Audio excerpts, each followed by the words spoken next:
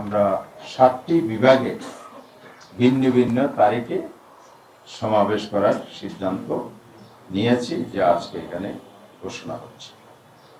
প্রথম হচ্ছে আমরা মে মাসের 16 তারিখ থেকে শুরু করব।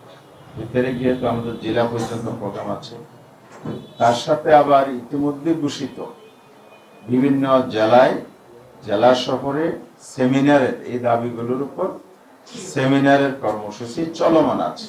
যেমন আগামী 10 তারিখ চট্টগ্রাম মহানগরীতে 11 দলের এই সেমিনার আয়োজন আছে। পর্যায়ক্রমে প্রত্যেক জেলা মহানগরীতে এই সেমিনারগুলো অনুষ্ঠিত হবে।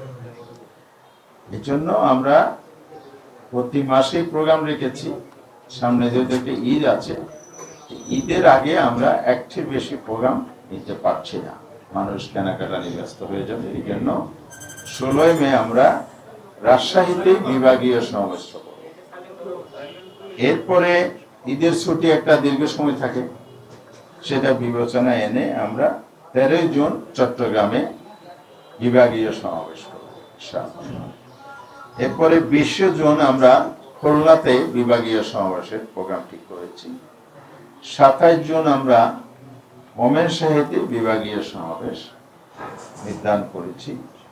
এরপরে 11 জুলাই রংপুর বিভাগীয় সমাবেশ, 18 জুলাই বরিশাল বিভাগীয় সমাবেশ, 25 জুলাই সিলেটে বিভাগীয় সমাবেশ করা হবে।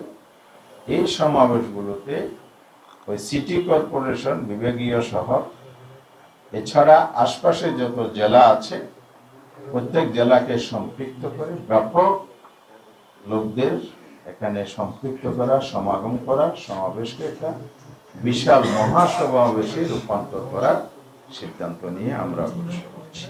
আন্দোলনের কার্যক্রমকে আরো শক্তিশালী করার জন্য মাঠ পর্যায়ে আরো পরিকল্পিত কাজ করার জন্য আমরা পদক্ষেপ নিয়েছি। তার সাথে প্রত্যেক জেলায় এবং মহানগরী, রাজধানী ঢাকা সহ বিভিন্ন পেশাজীবী আছে, সিভিল সোসাইটির প্রতিনিধি আছে, নাগরিক প্রতিনিধি আছে, তাদের সাথে আমরা মত বিনিময় প্রোগ্রাম রেখেছি। ঢাকায় বাজেট সংসদ হবে সামনে জুন মাসে, তার প্রতিক্রিয়ায় প্রোগ্রাম আসবে। এরপরে এখানে বিভিন্ন পেশাভিত্তিক, যেমন গণমাধ্যম আছে, প্রকৌশলী আছে, চিকিৎসক আছে, শিক্ষক আছে, আইনজীবী আছে, বিভিন্ন শ্রেণী পেশার মানুষের সাথে আমরা মত বিনিময় প্রোগ্রাম রেখেছি।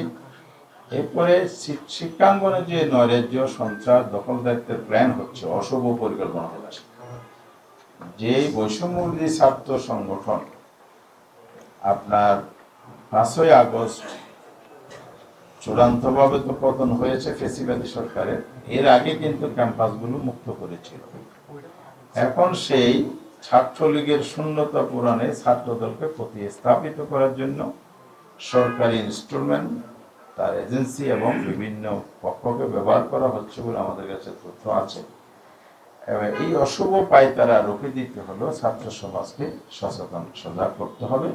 তার জন্য আমরা ছাত্রদের সাথে একটা মত বিনিময়ের পদক্ষেপ এখানে গ্রহণ করেছি।